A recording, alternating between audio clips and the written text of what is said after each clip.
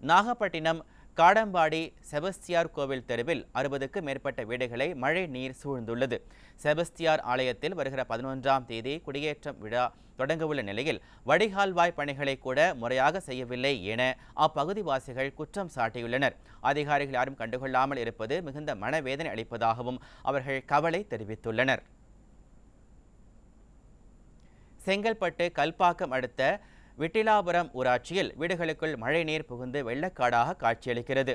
அத்தியாவசிய பொருட்களை வாங்கக்கூட வெளியே செல்ல முடியாமல் குழந்தைகளுடன் முதியவர்களுடனும் அப்பகுதிவாசிகள் அவதிப்பட்டு வருகின்றனர். மின்சாதன பொருட்கள் சேதமடைந்ததாகவும் அவர்கள் வேதனை தெரிவித்துள்ளனர். நீலகிரி மாவட்டம் உதகை மற்றும் அதனை சுற்றியுள்ள பகுதிகளில் அடர்ந்த மேகமூட்டத்துடன் சாரல் மழை பெய்து வருகிறது.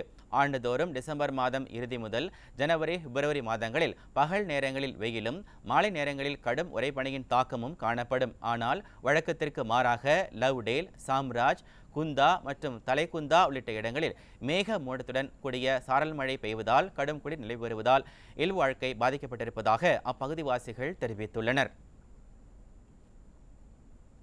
திருவண்ணாமலை மாவட்டம் வந்தவாசியில் பெய்து வரும் கனமழையால் பஜார் சாலையில் உள்ள கழிவுநீர் கால்வாயில் அடைப்பு ஏற்பட்டு சாலையில் மழை நீருடன் கழிவுநீர் கலந்து செல்லும் அவல நிலை ஏற்பட்டுள்ளது. இதனால் துர்நாற்றம் வீசி தொற்றுநோய் ஏற்படும் அபாயம் உருவாகியுள்ளது.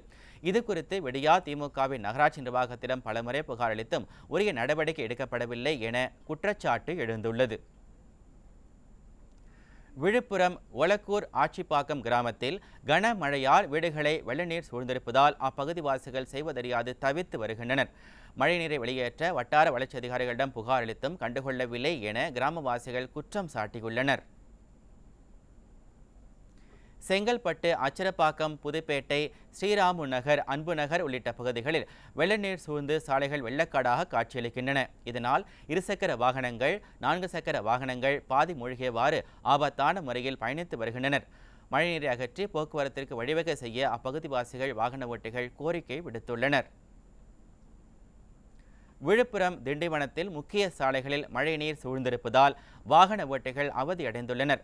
மரக்காணம் ரோடு, பாண்டி ரோடு, இந்திரா நகர் போன்ற முக்கிய பகுதிகளில் சூழ்ந்துள்ள மழைநீரை அகற்றாமல் நகராட்சி நிர்வாகம் மெத்தனமாக செயல்படுவதாக அப்பகுதிவாசிகள் குற்றம் சாட்டியுள்ளனர்.